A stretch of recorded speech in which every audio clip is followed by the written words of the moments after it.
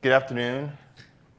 I'm one of the many lucky presenters around the area who has the luxury of having a full audience right after lunch. So this should be very, very interesting. I always get kind of mixed feelings on these type of sessions. So I've delivered multiple troubleshooting sessions throughout the years at different tech eds and other events. And the weird feeling is when there's a packed room for a troubleshooting session. So that means a lot of people are having issues, or hopefully a lot of people want to avoid issues. Hopefully it's the later for a lot of you. Before we get into introductions here, just by a show of hands, how many have Lync deployed today? Wow, that's great. That's great.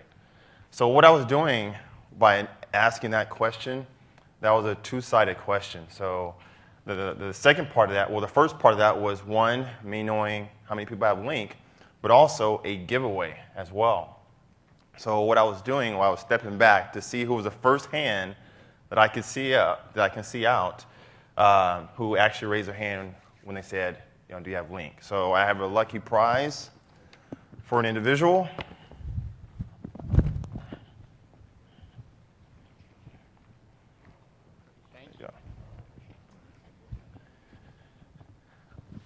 It's a pretty nice prize. That's the best prize that I've ever given away. That's actually a Lync phone.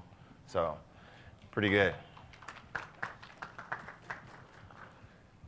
So, welcome to Troubleshooting Lync Server 2010.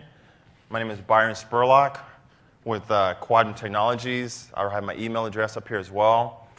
Also, the blog address that I have is a little bit long, so I actually just put the website name up there. And if you happen to go on the website, on the main page on the right-hand side, you will actually see a blog link. You can actually see postings that I do pretty much every week here. So first of all, who am I? Unified Communications Architect, dating back from LCS. So I've done LCS, OCS, and that's OCS R1, and OCS 2007 R2, and also Lync as well. So I'm actually a former Microsoft UC consultant. Worked with Microsoft for about 6 years. Of the 6 years, I was very fortunate. About 4 of the years, I pretty much worked exclusively with the product group, working on TAP deployments, RDP, early adopters. TAP is short for Technical Adoption Program. RDP is short for Rapid Deployment Program. So plenty of experience dating from I was there when OCS 2007 R1 Beta 1 came out. So throughout the years have seen what could go wrong, how to avoid those situations, and a lot of lessons learned. I've also participated in the first master's program. How many have been in the master's program for, it's now Lync, but how many have participated in that already? 1 person, 2 people, and 2.5, so let's do that. So I was actually part of Microsoft when we had initiated, this was back before Lync was deployed or evolved. The master's program, for those who don't know, was equivalent to like an Exchange Rangers program. So we don't have the 6 weeks, but it was 3 weeks of 6 days a week, 12 hours a day, extensive unified communications material. Now, the interesting here as far as who I am, trainer, 30% consultant, 70%. The reason I put that is for these type of events. So by nature, by heart, definitely consultant in the field, in the trenches, just like yourself. However, I also do these type of events. So I've spoken at Exchange Connections, numerous tech eds. I also work with a lot of CPLSs as far as delivering OCS, now soon to be Lync material. Now the reason I do that is different upon any other consultant, different among any other trainer. Because one, I think it keeps me fresh on my toes. So if I'm in a training setting and I'm able to articulate how something works, how to architect it, that makes me feel comfortable that I do know what I'm talking about. The other side of that is never fails by delivering a setting like this or delivering a training class, you always get asked questions that you never had fathomed about before. And so that's one of the things I divide my time up specifically that way. The consultant, 70%. So some of you may have seen me actually running back here to the actual session. because I'm doing a deployment. I'm based out of Houston, Texas. I'm doing a deployment now where we just cut over Lync for about 20,000 users. And, of course, there's a lot of troubleshooting things in there. Some of those scenarios I actually brought here today as far as things we ran into. So literally, I got a phone call where we were, troubleshooting a particular, edge server environment that I'll talk about here as well. Resource kit contributor. So how many have actually looked at, seen, heard of those Microsoft Press books? Okay, more hands are going up now. Great. So I actually helped as far as a contributor for all three. So the OCS R1, OCS R2, and also for the Lync one as well. And also the last one, too many deployments.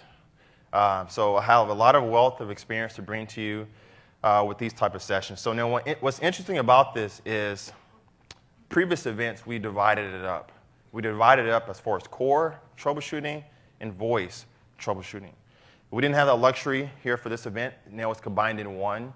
So some of the things you'll hear me talk about are kind of going back and forth between core workloads and also voice workloads as well.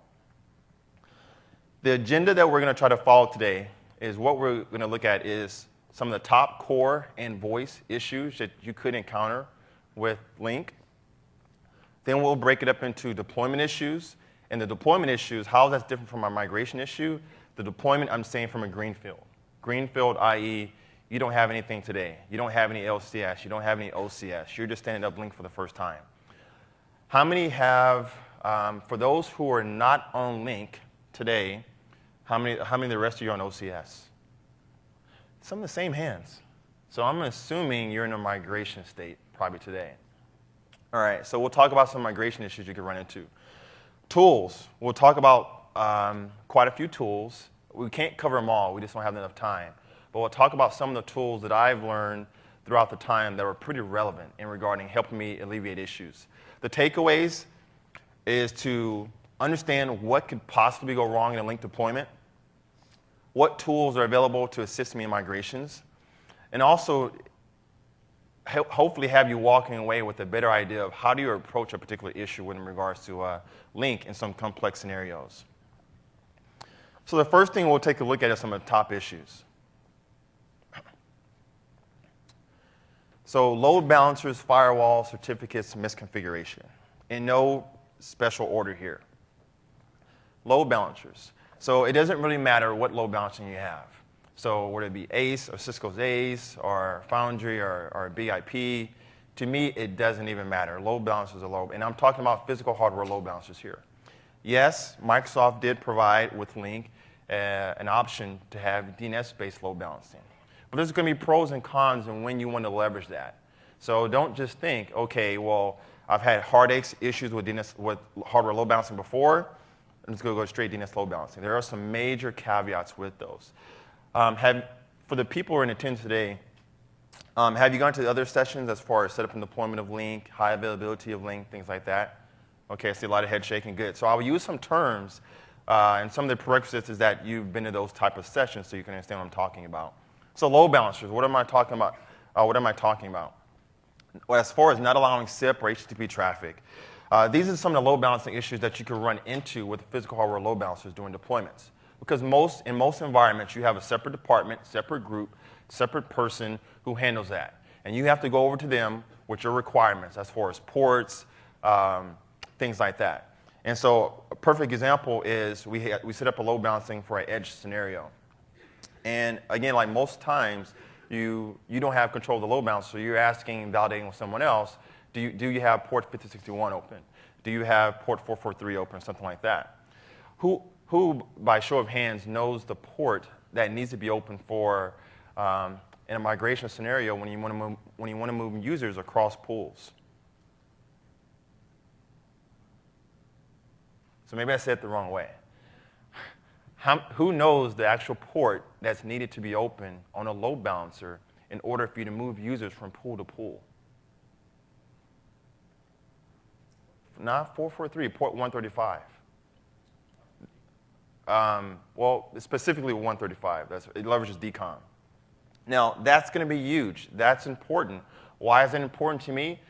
A typical scenario could be you can already have your OCS environment up and running. You already have a physical hardware load balancer there. You set up your Lync pool. You want to move over users. You can't. You right-click, theoretically move a user, or to use the command let, not allowing you to move a user. Obviously, what would happen normally is you would say, OK, there was something wrong with the user account. There's something wrong with my pool. It could just be in that particular scenario, that particular port was not leveraged, meaning it wasn't open. That could be hit or miss in an environment as far as having it open or not. Yes? I haven't seen it. So the question was, is it TCP or UDP for that particular port? I'm not a load balancing expert here. So normally, what I relate to the load balancing person or group is that I just needed that particular port, leverages that particular DCOM, and they're able to open that up. Most likely, most load balancing people just open up a slew of ports for you. You don't have to worry about that issue. Firewall configuration. So you should never say never, but I can actually say it justifiably in this case. I have never, and after doing over 75 plus deployments, I've never done a deployment where there's never a firewall issue. So these are things that come up all the time. And I have an example. I have a test. I have an output of an exam or a test result of what you can do as far as many test scenarios. And we'll talk about incorrect ports here in a second. Certificates. Missing or incorrect parameters. Subject names, subject alternative names. So I thought long and hard about removing that from this slide. But then I thought long and hard about all the certificate issues I had. So I said, I got to put it there. Now, I'm not going to mislead you. It is a lot easier than it was in the previous versions. Because with now, it almost kind of fills in the information for you.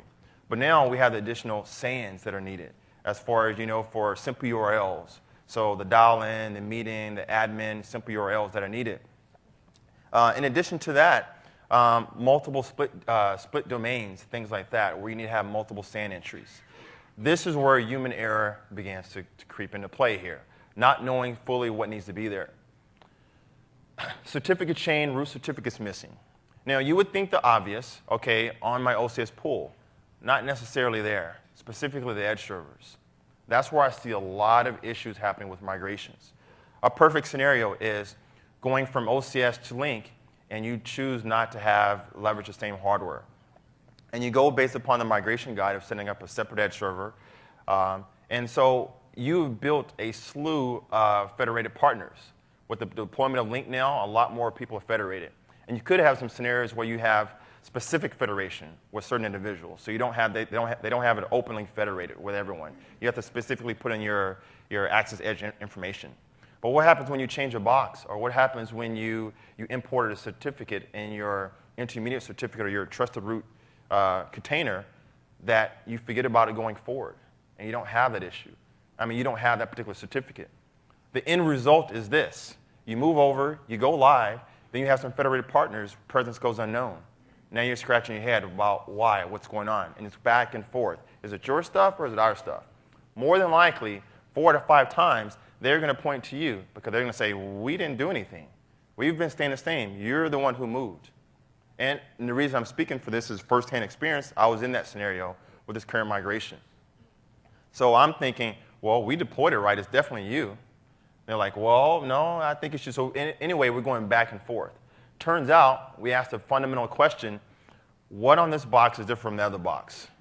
And then the first thing I looked at was certificates. I said, let's look in the trusted root certificate authority as far as the trusted roots that we're allowing. I see a discrepancy there. Why are we missing some certificates? Why does this one have one particular certificate? And one I'll mention here, again, I'm not a certificate guru or anything, but most common certificates, you probably work with VeriSign, Entrust, some instances of GoDaddy, things like that, Komodo, Thought, et cetera, et cetera. How many have leveraged in common? A few hands. So that could be good or bad. And what I mean by that is in common is kind of like a subsidiary of Komodo. So that's new as far as I tell you, if you want to have some fun, call up an in-common, call them up and ask them, are they a UC cert provider? Ask them how many SANs they support because they're new to the game. And with that, you may have some partners out there or some industries out there who have that particular cert. You don't trust that by nature. You have to go and specifically add that to your certificate chain. That's what happened to us in that particular scenario. Server misconfiguration, permissions. This is one that will always come up as far as not being able to install something, not having the right permissions. Where do we see it most? Specifically when we're installing the actual pool. Because I'm sure you're familiar with Lync as far as a little bit different from the previous versions. Once we publish a topology, what are you doing? You're basically, in the initial publishing of the topology, you're basically creating that database in the CMS, the Central Management Store in the backend SQL. If you don't have permissions as DB creator, you're going to have issues with that. So more than likely, you've been given those permissions, or you may have a situation where you're the domain admin and you have the keys to the kingdom. You may not hit that. But what about in a scenario that's very segregated? You have a SQL group, you have an AD group, you have a DNS group, you have your Exchange group, you have your Lync group. That first thing that's going to happen is that SQL guy is going to say, what rights do you need? And you could be in a predicament where he says, we don't give you full access to the database. Now what? Do you just halt the project? No, he's going to ask you, what specifically do you need? What's not an acceptable answer is everything. That's not going to work with him. I've been in some heated conversations with the DBA, and they're like, no, you give me specific rights or the project doesn't work. And specifically what you need at that point of installation and also publishing is the creator rights, because you need to be able to write to that particular database.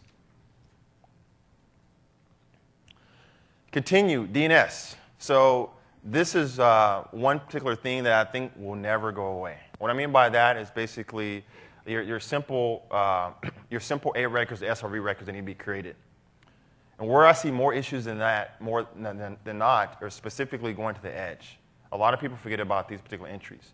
So I'll pause there and ask, by show of hands, how many have actually leveraged the Lync planning tool? I was hoping to see everybody's hands. And it could be some people are just hands are going up because they think they have another prize. So I don't have any more prizes. So I heard a couple of ahs. Sorry about that. But specifically in the Lync planning tool, this came out around the second half of OCS R2. And there was an OCS planning tool and there was also an edge planning tool. Those tools are combined. So you may be asking, okay, why are you telling me about this Lync planning tool? This is a troubleshooting session. Specifically where I'm going is the DNS entries that you're going to need.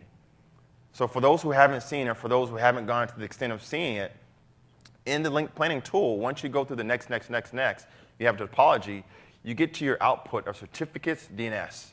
That is verbatim what you're going to need. There's no iffy, there's no washy, what do I need to have here? You could actually fat finger something, and that's to err as human. But specifically there's all the DNS entries you need. Coexistence between R2 and Lync.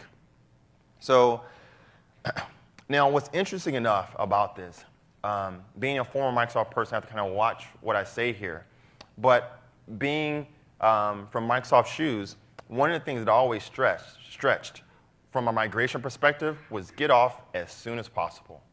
Just get off the old environment, get onto the new. And you might find yourself in a situation dealing with a third party or a partner or a Microsoft person, and you might just say, I just want to linger here. I just want to linger in coexistence forever. You're going to have a lot of ruffled feathers. Why? Because there is limited available knowledge as far as every single matrix of what can go wrong in a coexistence scenario. Now, with that information, there's a couple key things you need to understand. There's interoperability, there's coexistence. Coexistence is once you install Lync and you're up and running, you're in a coexistence state. It's the interoperability that I'm worried about. As far as, can this piece talk to that piece? As, for example, can this Lync client talk to an R2 client from a federated perspective and we do an app share? Okay, that may work, but what about when we do an app share? What if we want to do an IM conference with an R1 user? Now, all bets are off because there isn't that type of matrix that exists. And the reason I know that for a fact is because I happened to be at Microsoft when we were doing these type of deployments from R1 and R2. Right when R2 came out, we were asked, a small group of us were asked to create that type of matrix. It was pretty simplistic to create a matrix going from R2 to R1. But what about from LCS and R2? We said all bets are off. It's impossible. You cannot come up with enough scenarios of what will or what won't work. That's why you'll see and hear a lot of times, get off as soon as possible. Don't just sit there if you don't have anything dependent on there. Because what's going to happen, and just like equivalent to exchange, if you sit there long enough in a coexistent state, you're going to hit a scenario that wasn't tested. And if it wasn't tested, it's not supported. And the end result someone's going to say is just get that client off, because we don't know. We don't know the behavior of that. Edge configuration, integration, dial plans, client policies are all some other issues you're going to hit as well. Edge configuration is simply knowing what to do.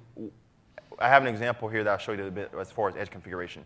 integration I have up here. Normally time is straightforward, but perhaps if you could be in a situation going from OCS to Lync and also from Exchange 2007 to Exchange 2010, now it just got more complex because the dial plans needing to match. Specifically, a key point here, going from 2010 Exchange and Lync 2010, dial plans don't need to match.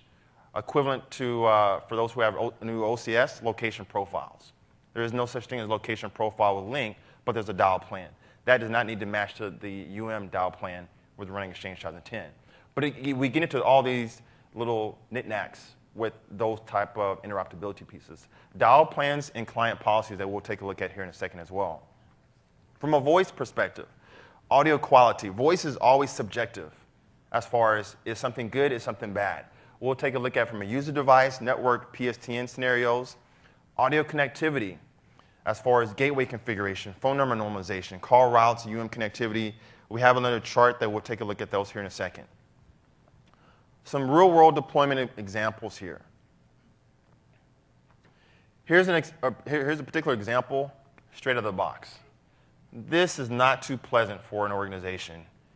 Let's say, for example, if you're the implementer or you're the consultant, and the customer has some basic knowledge of saying, yes, we understand we do this schema prep, forest prep, domain prep, then we get good.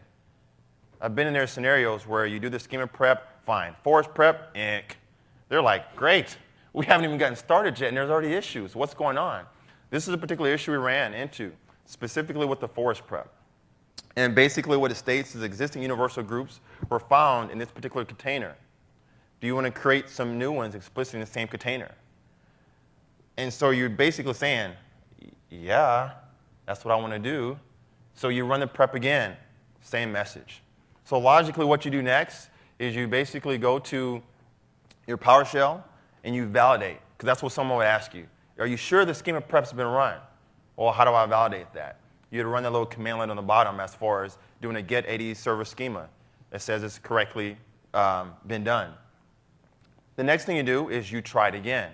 If you're like me, you're like, well, let me just go to the back door. The front door didn't work, so I'm going to do it a different way. So now you did it through the deployment wizard. That didn't work, so now I just do it through the command line. Not that's going to really change anything. It's still the same permissions and the same effect being run. Next step, we verify the permissions, and you try it again through commandlet. Same error. It's kind of like saying, I told you the first time. It's not going to work. So you basically do the same error, and then you start comparing error messages. Is this one like the last one? At that point, you go a little bit further. And this is what we did for the resolution. The actual resolution, we basically ran a prep for the forest, basically saying that yes, when a forest prep needs to be run, we do want to allow the USGs to be in this specific container. So that was a commandlet that we actually ran. Here, what you see from the dialog box, the little picture, is a result of after we ran the actual prep of the domain of saying, yes, in this particular container, your default container, I want to allow new USGs to be there because you're going to create new universal security groups. Prep succeeded. Some real-world migration issues. Here's one that we ran into. Hopefully you don't run into it as well. If you're like me, you were all excited with doing some projects, and immediately you get that opportunity, you send up your pool, and once you send up your pool, you sign on with one particular user. You move one user pretty much over, and you're like, great, it looks good. We're connecting, no problem at all. But now, you could get a little bit antsy in large environments and say, someone's going to ask if you're part of a team, why don't we move everybody? And so I see a couple people shaking their heads, And so if you have 100 users, that's pretty much fine. But what do you got 40,000? So now you're debating, will that break anything? I don't know. Could we try it? Let's try it. You use your commandlet, bam, move everyone. All of a sudden you wait, all looks good, let's go home. And then the phone calls begin to come in. We can't connect, what's going on? And so that's something we run into a lot of times.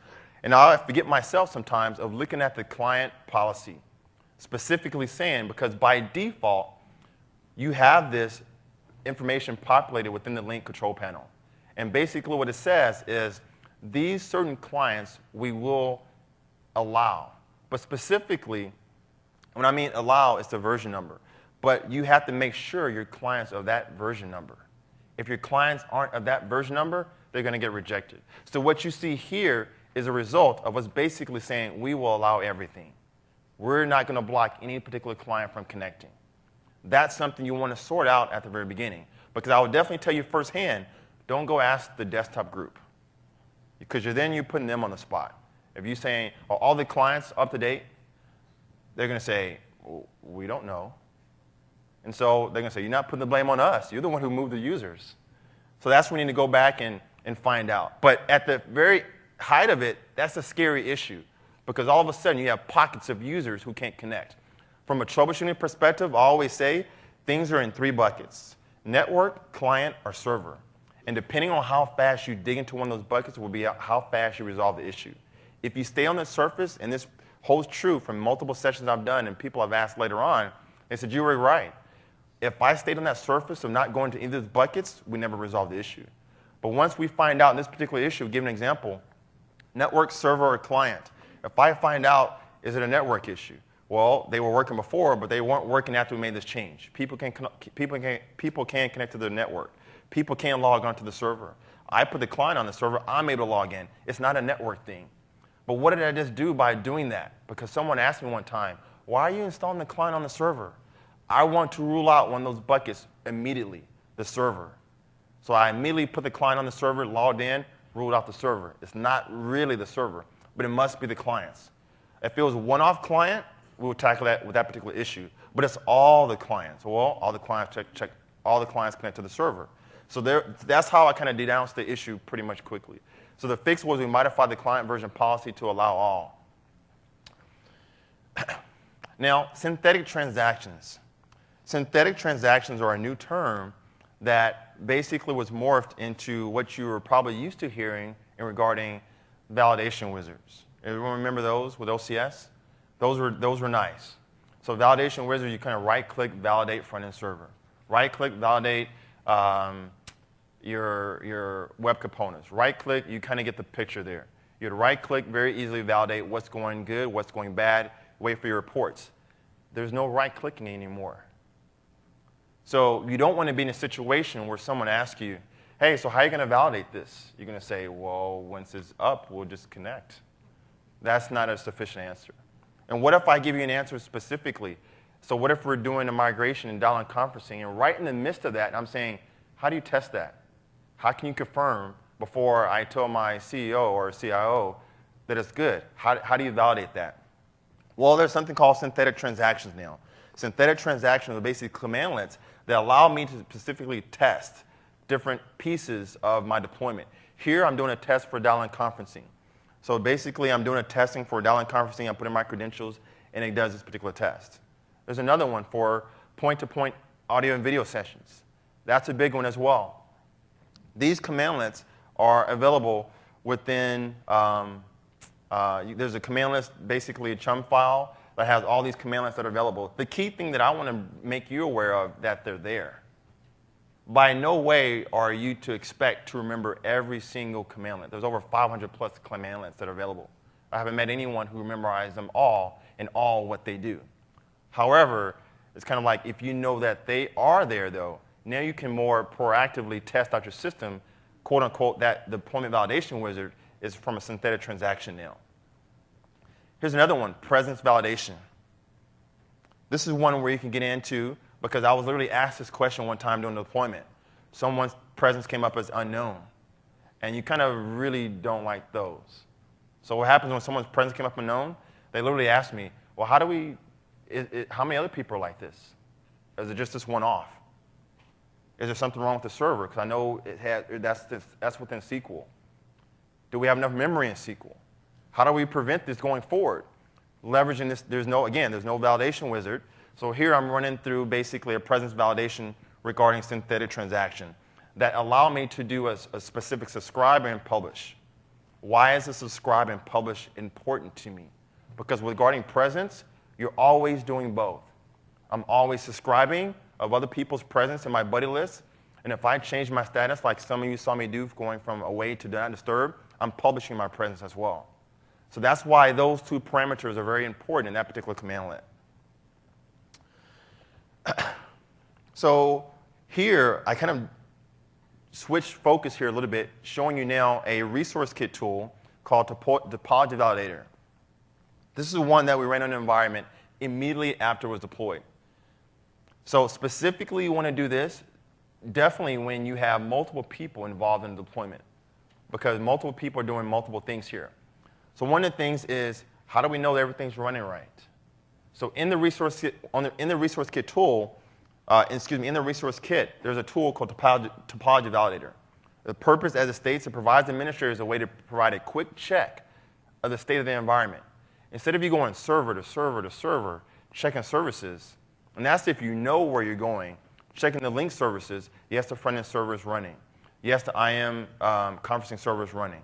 Yes, the web conferencing server is running. That's if you've been through a lot of deployments and you know what to check. But what if you just want to, from a generic standpoint, running this particular topology validator, basically enter in, you basically run it, and it basically tells you everything you have in your environment from a Lync perspective. Here's all your servers. Pretty simplistic there. The next thing it'll say, to go forward, specify a pool if you have multiple pools. If you have one, it's just that one pool. But if you have multiple pools, specify the pool that you want to do these checks against. You enter in that particular pool, then it proceeds with the checks. However, then it will begin to ask you, please put in some user credentials. So definitely create some test accounts. These user credentials are going to do some checks as far as group conferencing, peer-to-peer scenarios, things like that. So it's going to ask you to put in multiple accounts. It's also going to ask you to put in phone numbers to test dial-in conferencing scenarios as well. Here is a quick little synopsis of something that's good. Show you something that's bad is when tests begin to fail. I made this test fail in the sense that I did a peer-to-peer call via PSTN. So I didn't put in basically a phone number for my particular user. The point here is if you have more of these fails in address book or in presence or in register, you know there's a bigger issue very quickly instead of just kind of finding out haphazardly via users calling the help desk. Some tools. So these are the troubleshooting areas that you could find yourself with Lync. People outside the environment, remote, who connect to meetings. People internal on different devices, where it be the phone, or it be the desktop, the laptop, the Lync Edge server, the Lync pool, the Lync mediation server. Now, what I did was from a logical perspective, I just separated out the mediation server just to show you that you could have an AV pool, a mediation pool, et cetera, different devices, not all on the front-end server, the gateway, the PSTN. This is pretty overwhelming when you think about all the areas that could go wrong. Specifically when a user calls you up and says, I can't make a phone call. You're like, what do I even check first? So the first thing is, these are all the different troubleshooting areas. Now, it's finding the right tool with those troubleshooting areas. The AV Tuning Wizard. The AV Tuning Wizard is something that you empower your users with. Highly advise you to let your users know that it exists. I've been on the end of like a user as well. You buy a new headset, you don't really tune it, the volume's not up, it's not working right or whatever. People are having issues in a conference call with you. If I just use the AV Tuning Wizard or let more users know about it, you just mitigated a lot of calls to the help desk. Audio test service. So the audio test service was generated back from R2 when it used to be called an auto answering agent. This is something where it's basically a web bot that you can call into to basically find out how my voice sounds to users. Perfect example is, I'll deviate here.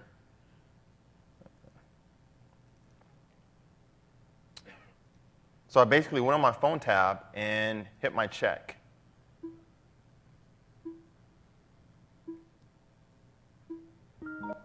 To check your call quality, record a short message after the tone, then wait to hear how you sound.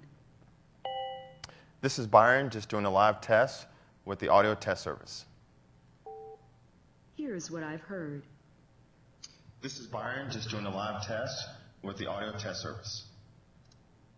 If you like what you heard, then you're all set. So what I did just then was you empower a user with the ability to hear how they're going to sound before they participate in a call, before they participate in a conference. That is huge, because one of the good things that I liked going from R2 to Lync was with R2, you had to know where the tool was. You had to know how to install it. For those who remember back then, I even I did a webcast. I did a webcast on that tool alone because it was very complex to get up and running. Now it's out of the box. Nothing special. You saw it was on my Lync client. Click on my phone, check, and I play it back. Well, how does that make sense for me from a real-world perspective? I'll give you a perfect example. I was doing a deployment at one point in the city, flew in late at night, Sunday, got around midnight. I had a 7 o'clock conference call. Well, when I get into the hotel, I just crash. Wake up, get my alarm, realize I have a 7 o'clock conference call. I basically break open my bag, no headset. Great. What am I going to do? I got 5 minutes before the call. Immediately call the concierge. Believe it or not, they said, we have a 7-Eleven across the street. That was my first mistake. I ran downstairs, go across the street, go to 7-Eleven, ask them if they have any headsets. Second mistake was he said yes. And I bought a $6.99 headset from a 7-Eleven for a conference call. Some of you looking at me like, well, why would you? Again, I needed some privacy. I needed a headset. Ran back upstairs, jumped on the conference call. Immediately as I'm in the conference call, I get a couple of IMs. People saying, what are you doing? I ignored it, keep talking. They're like, you got to stop this. I ignored it, keep talking. And finally he says, Byron, you're causing havoc on the actual call with all the echoing and all the chatter that we hear. Do something about this quick. I was like, wow, that's pretty mean. But anyway, I was like, what's going on? So I basically used my speakers to talk in that particular call. After the call, I failed to do the audio video tuning. After the call, I leveraged the audio test service. And this is what I heard. That's what I heard in the actual playback. So if I had leveraged that beforehand, I could have just mitigated all that interruption that someone had. Now, that's fine for one user. You may be saying, okay, that's nice for one user. But what about if you deploy this for 5,000 users? Can you imagine, let's say, a portion of those calling the help desk saying, this is bad quality. This is not good. And again, we know we have UC-supported devices and stuff like that, but of course users are going to still procure their own from another way. So you're basically empowering people with the ability to hear how they sound beforehand. Logs. So one of the things that we'll take a look at is a logging tool. We'll take a look at it in a couple slides. Route Helper is embedded into the system now. We don't have to leverage a resource kit piece like we did before.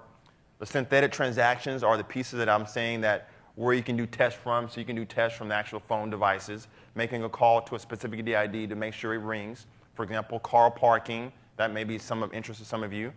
And also the ability just for users to call each other by DIDs in your environment. So these are a lot of synthetic transactions that can be applicable. SCOM, how many leverage SCOM today? Great, so a lot of you, same hands with SCOM, or same hands with Lync. Hopefully you have these leveraged together and get some very valuable reports. Snooper, the one that we have grown to love, and also last but not least, the monitoring server. How many have the monitoring server deployed? So not as many hands as I would imagine, but we'll get into that here in a bit. So find the right tool. So this is by no means am I trying to cover all the tools that are available, but one, the Lync Best Practice Analyzer. I was doing an ADS this week earlier. I just flew in last night, and one of the things they asked me was, how do we circumvent troubleshooting? Because troubleshooting is very after the fact. And no one likes to be in a predicament of after the fact trying to make something work right now. Lync Best Practice Analyzer. Also, the DB Analyzer. The DB Analyzer is very nice in the sense of monitoring, getting data from a database, your SQL backend database. Well, why would I want to do that? Well, conferences. Conferences run on the front-end services, but they're deposited back in SQL where it has the occurrence of what's supposed to happen when. So in specific shops or organizations that deal with, that work with a lot of AV conferencing, that's going to be a tool that I get to know very quickly. Because at any point in time, by running this tool, I pretty much get a snapshot of every single front end, which conferences are running on it, which ones are not running on a particular server. So a common deployment scheme now, many people have 3 to 4 front end servers. You can have multiple conferences running on each and every one of them. What happens when one conference goes down? How do you know what conference went down? You can use the DB Analyzer to find out which server allocated which particular conference, which workloads as far as audio and video, or just an IM conference. These are all different workloads that could be applicable on a particular front-end server. Call Parkometer. Call Parkometer is one that you should definitely leverage because this is the exact question I was asked one time. We're not sure if call parking works or not. Okay, when was the last time you used it? Well, we just used it the other day. And we think whenever we get multiple call parks that there's something wrong with the front-end server, something wrong with the system. How would you begin troubleshooting that? So one of the interesting things is, one, hopefully you're not in a sense of saying, well, what is call park? Hopefully you don't do that in front of the customer. Well, one of the things is just knowing that here's another tool within the resource kit tools that allows you to basically go back and talk to the call park server, which is basically the front-end servers, and asking it, what is the range of numbers that are able to be possibly parked? Of that range, how many are in use now, and how many have been released? Show me what's call parked at this very moment. And that was one of the things we actually did. We said, let's test it out. Go ahead and make a call, put it on park, and let me run this particular tool to see if it's actually parked. They were like, that's nice. I didn't even know that existed. We could see the number that was basically in the queue, told the other person, don't pick it up just yet. Now, let's do another number. And we stacked it up. We saw number after number after number. So we can actually see if we had 100 numbers available, we saw that we had 95 left, 95 numbers available. And we can see what was in the queue. So I was saying, so what was the issue? I don't see anything dropping off. They've been on hold for a substantial amount of time. And go ahead and release one. We saw the number come away from the queue. They were like, well, I guess it does work. But again, how would you even begin troubleshooting something like that? You're taking people's word without getting anything concrete. We tested the audio test servers. Now, also leveraging Lync Management Shell. So with the Lync Management Shell, pretty straightforward here.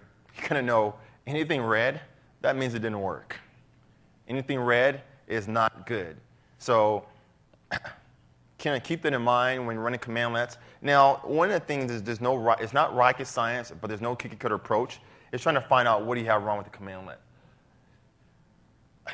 I would say 8 out of 10 times what I've seen is user error. User typed in the wrong thing. But in this particular case, the other 20%, something didn't exist. I'm trying to pull up an object. I'm trying to pull up a property for something that was never defined to begin with. One of the things you can do is do a verbose. What the verbose command does, it gives you more specific information as far as where you're trying to pull that particular data. So now, not only just am I running commandlet and arbitrarily saying it's just going to go out somewhere and pull some data, I can add a verbose parameter and find out specifically where it's trying to pull that data from.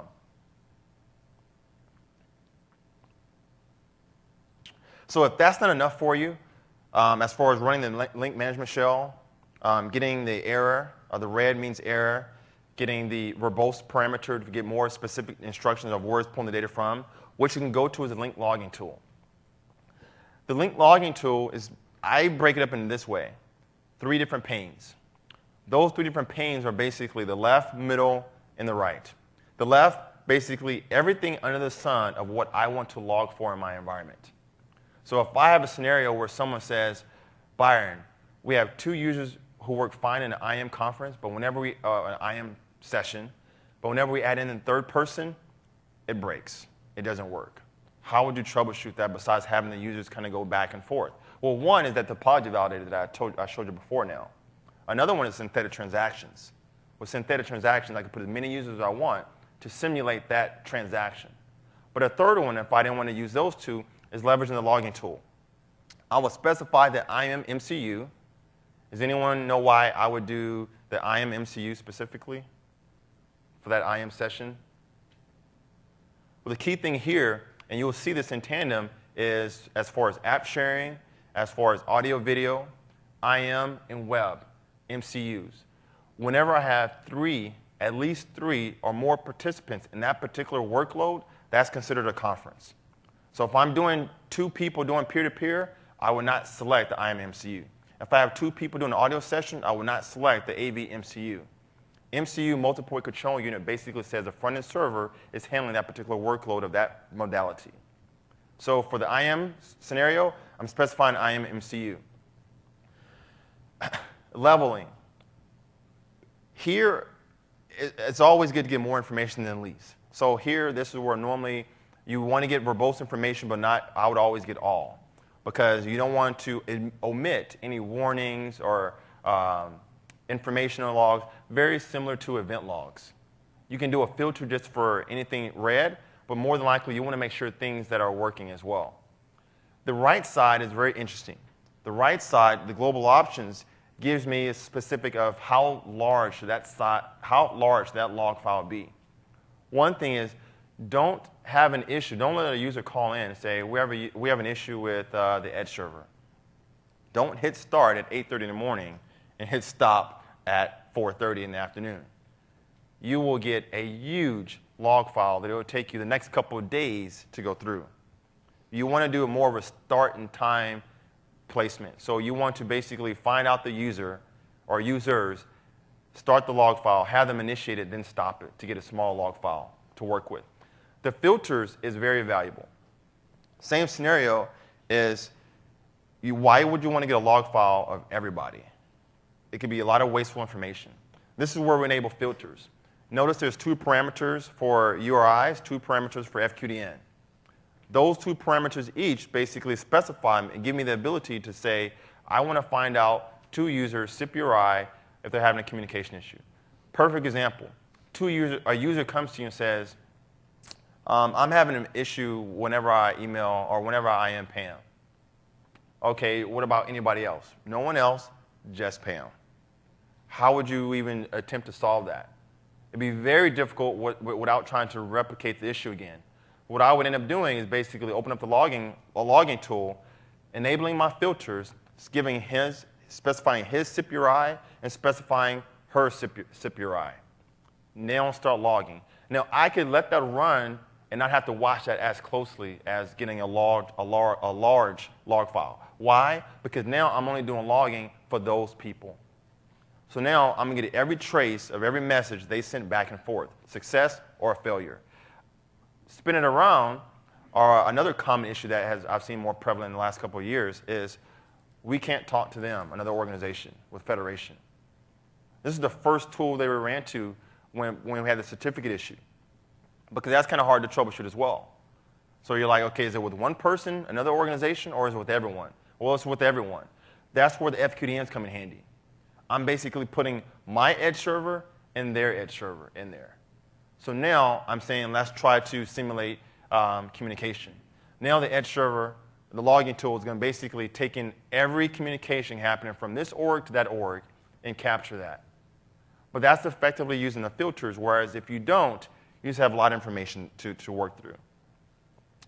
There was a monitoring session done earlier. The monitoring session, I'm not trying to give a whole synopsis on the monitoring server at all, but to tell you how it can be leveraged regarding troubleshooting. Now, one of the things I was hoping for was when the question was asked, how many of the monitoring server, was everyone to raise their hand. Not from a pure return on investment perspective, but from a troubleshooting perspective. Because one of the things I have the ability to do is find out how often calls are dropping, how often calls are succeeding, through which mediation server or front-end server, if they're co-located, are they leveraging? What time of the day are they happening? Is it a specific user? So here's just one example of server reporting. This is pretty nice when you can look at the failure rate by modality in my organization. So I can actually see it from application sharing, file transfer, video, audio. Believe it or not, this is one of the things, this is always the second role that I deploy in my environment. Before I stand up the mediation server, before I stand up the edge server, before we set up AV conferencing, I get my pool up, the next thing is the monitoring server. And it was a good thing in this one of the scenarios, one of the deployments I did, it was a good thing we did that. Basically showed the staff how it worked, and lo and behold, a week later, as we're slowly rolling this out, the director comes in, and he's basically trying to cover himself. So he was saying, I'm hearing reports around that it's not working right. So I'm basically saying, okay, well, what's not working right? Well, a lot of conferences are failing. Who did you hear this from? Well, the help desk is saying. Do they have a quantitative number? No, they're just saying it happens all the time. Well, if I'm able to pull up a report and I say, well, the failure rate for that particular, for audio, is 1.3% and 2% for video, I don't think that's a lot of people. Immediately he said, I'll go talk to them. It's not on me anymore. But I was able to show him substantial data that wasn't possible if I didn't have the monitoring server. So if you didn't have the monitoring server, it's kind of like he said, she said. Well, I don't think it's working. I think it's working right. Maybe it's them. Back and forth, back and forth. Now, the key thing with the call detail reports is certain MOS reports. Certain MOS numbers I'm going to be interested in. MOS as far as mean opinion scores. We all know from a basic standardized format, 1 is pretty bad, 5 is pristine quality. You're not going to get 5s, pretty much. But on average, you'll see about 2.5. So anything hovering around that particular area is optimal quality. Again, with the monitoring server, we're dealing with audio quality. It's all about perception. So what one organization may say is deemed acceptable quality, another organization may say is unacceptable. So one of the key things to look at here, out of the box, you have parameters. And these are basically thresholds that are available. Thresholds that are available via XML file that you can actually alter. I don't normally suggest altering unless you have a specific environment that you have SLAs tied to these troubleshooting techniques in regarding call quality in an environment. So if you have a certain SLA that calls must not be below 2.0, and there's some repercussions of that, that's where I may alter my XML file to basically say the threshold is now going to be this. But out of the box, we all understand colors.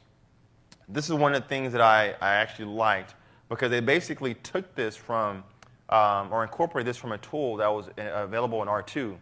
In R2, there was a tool, the deployment validation tool, that basically did some of the same metrics, but what was nice about that, it was very, not only from a telephony perspective as far as MOS and jitter, packet loss, delay, conversational MOS, sending MOS, all stuff like that, but it kind of said green, good, red, bad. For the average network or server person, that's all they care about is colors. Green, yes. Red, uh-oh, that's not good. They incorporate that into the monitoring reports now. So now in the monitoring reports, you can actually look at flags. Okay, let me look in here. Because what happens is kind of like a dictionary. You open it up, your eyes just go everywhere. What do I need to look at? What do I need to look at? What's important? What's important? Here it clearly states what's wrong. So, and it could be from different parameters. It could be that the conversational MOS was very low. It could be that the jitter was very high. It could be that the echo was very high as well.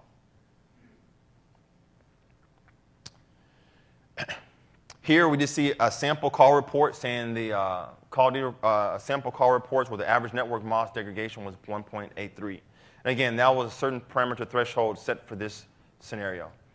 But again, if someone told me, hey, we're having bad audio issues, it's always going to be in the MOS scenario that I'm looking at specifically. As far as now I'm looking at conversational MOS, jitter and echo. We all know what that is. So we all know that's the edge servers involved in many environments. So with the edge environment, we still have the same capabilities. We still have the same problems as well. The same problems is open up all these ports. We hand them off to another group. Another group says, yes, they're open. Or, well, that's what they're going to say all the time. Yes, everything's open. So now you have to kind of decipher what's going on, what's wrong, things like that. With the Edge server, we have validation as well. Again, another tool taken from the resource kit tools that's available. A quick synopsis for me to look at as far as ports being open, or what ports are relevant to me, specifically the 3478 and also 443, TCP, UDP. Because despite the 50,000 and 59,000, those are the main ports that I need to have open. But there's also another one. There's an MRAS authentication cert. That MRAS authentication cert basically allows a user, a lot of people call it the AV auth cert. It was basically, you see that cert on the inside, the immediate authentication cert? A lot of people call it different things. MRAS cert, AV auth cert. But the key thing is here is that other cert that allows a user to basically, they get permissions. They have permissions available to make a call as far as audio and video in the environment. I'm able to check from my authentication services perspective, can I request credentials from that? Perfect example. What if you and me are doing a project together, and I'm off on a Friday, and I say, go ahead and finish up the Edge server, and you're a little hazy about setting up the certificates. And you say to yourself, I know I need an internal cert. Let's go back to this so you can actually visualize it. I know I need an internal Edge cert. I know Byron said about the Access Edge cert, and I think the web conference. Good, I'm done. And you forget about that media authentication cert or that AV auth cert. I get in Monday, test it out, remotely, can't make calls. What's going on? Did you put all the certs? Yes, I did. All three certs what you needed. I think there was 4. No, there's 3. Back and forth. Immediately what I jump into is this particular test. Let's just verify that real quick. And that first test specifically is going to basically test out, can I request credentials leveraging that AV auth cert for a user? That, in this particular scenario, here it succeeded, but in this particular scenario I'm drawing up for you, would fail. That would lead to my next step, is why would it fail?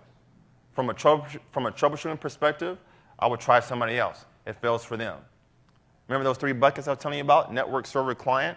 Now I just find out it's not just me, it's everybody else. So it must be something wrong with the server. So now I'm jumping on the server, validating all certificates. Then I find out that particular certificate is missing. You install the certificate, rerun the test. Now actually, and what you'll find yourself doing is running more and more tests or synthetic transactions before you hand it over to actual users, or quote unquote before you go live.